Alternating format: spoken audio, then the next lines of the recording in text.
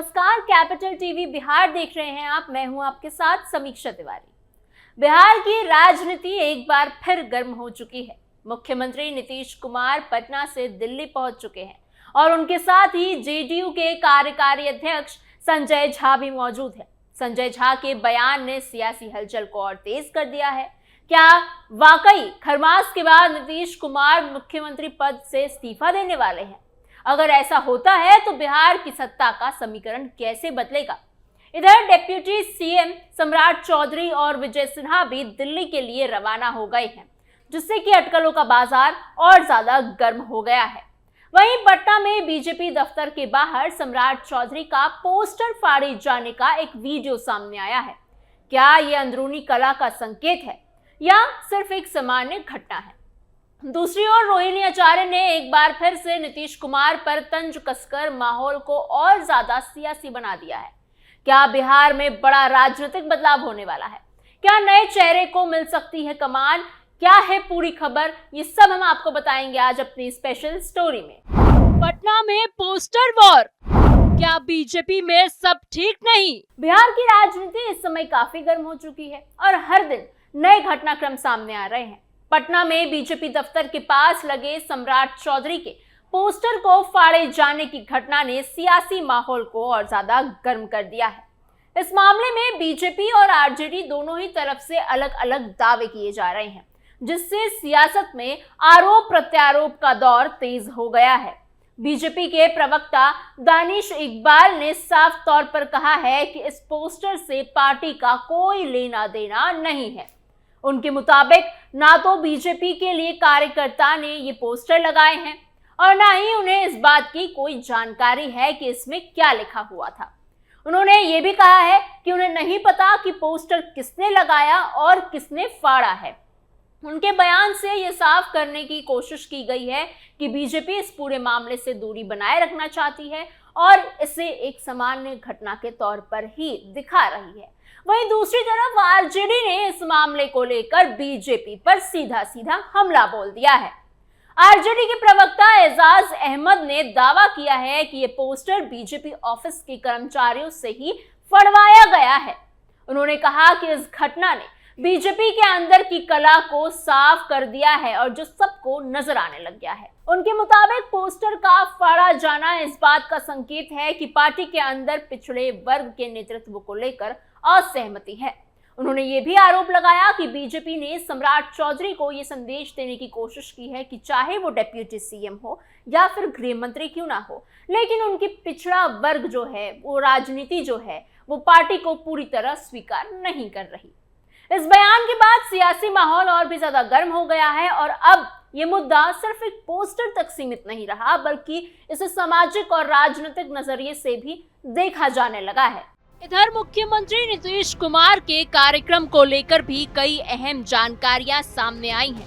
तय कार्यक्रम के अनुसार नीतीश कुमार 10 अप्रैल को दोपहर 12:15 पर राज्यसभा सदस्य के रूप में शपथ ग्रहण करेंगे। इसके बाद वो उसी दिन शाम को या फिर 11 अप्रैल को सुबह पटना लौट सकते हैं। 13 अप्रैल को कैबिनेट की बैठक प्रस्तावित है, जो इस पूरे घटनाक्रम में काफी अहम मानी जा रही है। इसके बाद 14 अप्रैल को मुख्यमंत्री नीतीश कुमार इस्तीफा देंगे और उसी दिन एनडीए विधायक दल बैठक होगी। इन तारीखों को लेकर बिहार की राजनीति में हलचल और तेज हो गई है, क्योंकि यह साफ संकेत दे रहा है कि आने वाले दिनों में राज्य में सत्ता परिवर्तन हो सकता है। बीजेपी की तरफ से भी इस पूरे घटनाक्रम को लेकर प्रतिक्रियाएं आई हैं। पार्टी के राष्ट्रीय अध्यक्ष नितिन नवीन ने कहा है कि जो भी कुछ हो रहा है वो नीतीश कुमार के मार्गदर्शन में ही हो रहा है। इस बयान से ये संकेत मिलता है कि बीजेपी फिलहाल इस बदलाव को लेकर किसी तरह की जल्दबाजी में नहीं है और वो नीतीश कुमार के साथ मिलकर आगे की रणनीति बना रही है। दूसरी तरफ जेडीयू के सूत्रों के अनुसार मुख्यमंत्री नीतीश कुमार दिल्ली में अपने दल के नेताओं के साथ एक अहम बैठक करने वाले हैं। इस बैठक में राष्ट्रीय परिषद और राष्ट्रीय कार्यकारिणी के सदस्य शामिल होंगे और बिहार में बनने वाली सरकार को लेकर चर्चा की जाएगी। साथ ही ये भी तय किया जाएगा कि नीतीश कुमार के बेटे निशांत कुमार को क्या जिम्मेदारी दी जाए। बताया जा रहा है कि दिल्ली में शपथ लेने के बाद नीतीश कुमार प्रधानमंत्री नरेंद्र मोदी और गृह मंत्री अमित शाह से भी मुलाकात करेंगे। इस मुलाकात में बिहार की नई सरकार के गठन को लेकर विस्तार से बातचीत हो सकती है। उनके साथ जेडीयू के कार्यकारी अध्यक्ष संजय झा भी मौजूद रह सकते हैं। इस बैठक को काफी अहम माना जा रहा है क्योंकि यहाँ तय होगा कि नई सरकार में किस पार्टी को कितनी हिस्सेदारी मिलेगी और कौन कौन से पद आखिर किसके पास जाएंगे।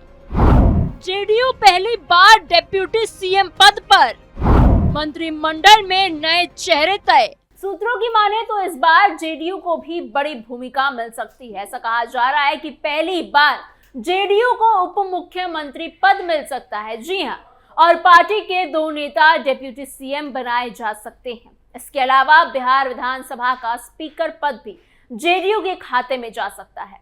सबसे ज्यादा चर्चा नीतीश कुमार के बेटे निशांत कुमार को लेकर हो रही है। कहा जा रहा है कि उन्हें डिप्टी सीएम बनाया जा सकता है और पार्टी की ओर से उन्हें आगे बढ़ाने की तैयारियां भी चल रही हैं।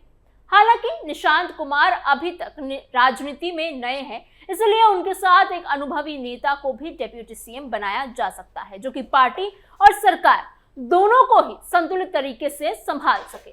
नई सरकार के मंत्रिमंडल को लेकर भी कई तरह की चर्चाएं चल रही हैं। बताया जा रहा है कि नई सरकार खरमास के बाद यानी 15 या 16 अप्रैल को बन सकती है। इस सरकार में मुख्यमंत्री बीजेपी का होगा, जबकि जेडीयू के करीब 13 नेता मंत्री बनाए जा सकते हैं। बीजेपी के पास एक मुख्यमंत्री और करीब 10 मंत्री पद हो सकते हैं। इसके अलावा चिराग पासवान की पार्टी एलजेपी-आर को 2 मंत्री पद, हम पार्टी को 1 और आरएलएम को 1 मंत्री पद मिल सकता है। जेडीयू अपने पुराने मंत्रियों को दोबारा मौका देने के साथ साथ टीम निशांत के 2-3 विधायकों को भी मंत्री बना सकती है। इस पूरे समीकरण से ये साफ हो जाता है कि आने वाली सरकार में कई नए चेहरे देखने को मिल सकते हैं और राजनीतिक संतुलन बनाए रखने के लिए कोशिश भी की जाएगी। इस बीच विपक्ष भी सरकार पर लगातार हमला कर रहा है।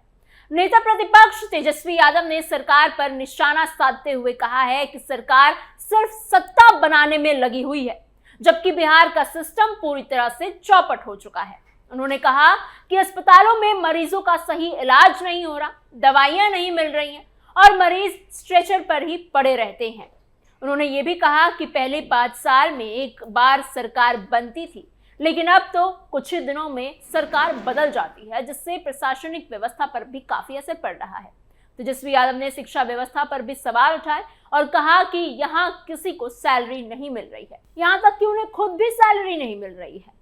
उन्होंने दावा किया कि बिहार का खजाना खाली हो चुका है और सरकार पूरी तरह से फेल हो चुकी है। दूसरी तरफ रोहिणी आचार्य ने भी नीतीश कुमार पर जोरदार हमला बोला है। उन्होंने सोशल मीडिया प्लेटफॉर्म एक्स पर एक पोस्ट के जरिए नीतीश कुमार पर तंज कसा है। उन्होंने लिखा कि भागी हुई बिल्ली की तरह चाचा जी आज दिल्ली के लिए रवाना हो गए हैं। अवसरवाद और छल का फल भुगतना ही पड़ता है। 1-2 दिन में कुर्सी छीन जाएगी और बिहार की राजनीति से रिश्ता टूट जाएगा। उन्होंने अपने पोस्ट के साथ एक एआई से बनाई हुई तस्वीर भी साझा की, जिसमें नीतीश कुमार रोते हुए दिखाई दिए गए हैं। तस्वीर में उन्हें एक ट्रैवल बैग के साथ दिखाया गया है। ऐसा प्रतीत हो रहा है जैसे वो बिहार छोड़कर जा रहे हो। तस्वीर में गया का महाबोधि मंदिर, ट्रेन, बिहार का बोर्ड और दिल्ली का माइलस्टोन भी दिखाया गया है, जिससे ये संदेश देने की कोशिश की गई है कि नीतीश कुमार अब बिहार से दूर हो रहे हैं। इस पोस्टर पर लोगों की भी काफी प्रतिक्रियाएं आ रही हैं। कई यूजर्स ने इसे लाइक किया है और अपने अपने तरीके से टिप्पणियां की है। एक यूजर ने लिखा कि 14 अप्रैल तक इंतजार करना होगा, बिहार में बड़ा खेला होगा, बेटा को पद मिलेगा और चाचा केंद्र में आएंगे। वहीं एक अन्य यूजर ने रोहिणी आचार्य को लेकर भी सवाल उठाए, कहा कि उन्हें तेजस्वी यादव और संजय यादव ने ही नजरअंदाज किया है। कुल मिलाकर सोशल मीडिया पर भी ये मुद्दा काफी चर्चा में है और लोग अपनी राय खुलकर इस पर रख रहे हैं। रोहिणी आचार्य ने अपने एक अन्य पोस्ट में चुनाव आयोग और बीजेपी पर भी निशाना साधा है उन्होंने आरोप लगाया है कि बीजेपी को फायदा पहुंचाने के लिए पश्चिम बंगाल में मतदाताओं के नाम बड़ी संख्या में हटाए जा रहे हैं। उन्होंने दावा किया है कि करीब 90 लाख लोगों के नाम मतदाता सूची से हटा दिए गए हैं, जिससे कि लोकतंत्र पर बड़ा सवाल खड़ा हो रहा है। इस बयान के बाद राजनीतिक बहस और तेज हो गई है। कुल मिलाकर बिहार की राजनीति इस समय एक बड़े बदलाव के दौर पर गुजर रही है। एक तरफ सत्ता पक्ष नई सरकार के गठन के लिए तैयारी में जुटा हुआ है, तो वहीं विपक्ष लगातार हमलावर है। पोस्टर विवाद से लेकर सोशल मीडिया पर हो रहे हल्कों तक हर घटना इस बात का संकेत दे रहा है कि आने वाले दिन बिहार की राजनीति के लिए बेहद अहम होने वाले हैं। अब सबकी नजर 14 अप्रैल और उसके बाद होने वाले घटनाक्रम पर टिकी हुई है, जो ये तय करेगा कि राज्य की सत्ता आखिर किसके हाथ में जाएगी और आगे की राजनीति किस दिशा में बढ़ेगी। आपको क्या लगता है कि किसे सीएम का उम्मीदवार बनाया जाएगा और वो कुर्सी आखिर किसे दी जाएगी? अपने सोच विचार हमें कमेंट बॉक्स में जरूर बताइएगा। ऐसी और खबरों के लिए बने रहिए कैपिटल टीवी बिहार के साथ।